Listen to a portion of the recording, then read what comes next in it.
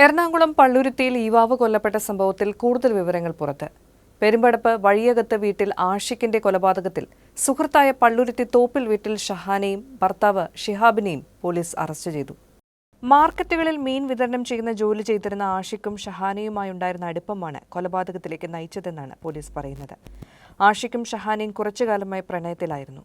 ഇതറിഞ്ഞ ഭർത്താവ് ഷിഹാബ് ഷഹാനയെക്കൊണ്ട് ആഷിഖിനെതിരെ പോലീസിൽ പീഡന പരാതി കൊടുപ്പിച്ചു. തുടർന്ന് ആഷിഖിനെ പോലീസ് അറസ്റ്റ് ചെയ്ത് റിമാൻഡ് ചെയ്തു. ജയിലിൽ നിന്ന് പുറത്തിറങ്ങിയ ആഷിഖ് തന്റെ പക്കലുള്ള ഷഹാനയുടെ നഗ്നചിത്രങ്ങൾ പ്രചരിപ്പിക്കുമെന്ന് പറഞ്ഞ് ഷിഹാബിനെയും ഷഹാനെയും നിരന്തരം ഭീഷണിപ്പെടുത്തി. ഇതാണ് കൊലപാതകത്തിന് കാരണമെന്നാണ് പ്രതികൾ പോലീസിന് നൽകിയ മൊഴി.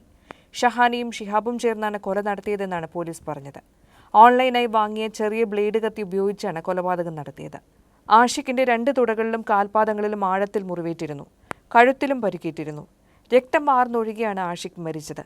തിങ്കളാഴ്ച രാത്രിയാണ് യുവാവിനെ ദുരൂഹ സാഹചര്യത്തിൽ ചോര വാർന്ന് മരിച്ച നിലയിൽ കണ്ടെത്തുന്നത്. തനിക്ക് വാഹനാപകടം പറ്റിയതായ ആഷിഖ് വിവരിച്ചതിനെ തുടർന്ന് സ്ഥലത്തെത്തിയപ്പോൾ വണ്ടിയുടെ ഡ്രൈവിംഗ് സീറ്റിൽ ആഷിഖ് മരിച്ച നിലയിലായിരുന്നു എന്നാണ് ഷഹാന ആദ്യം പോലീസിനോട് പറഞ്ഞിരുന്നത്.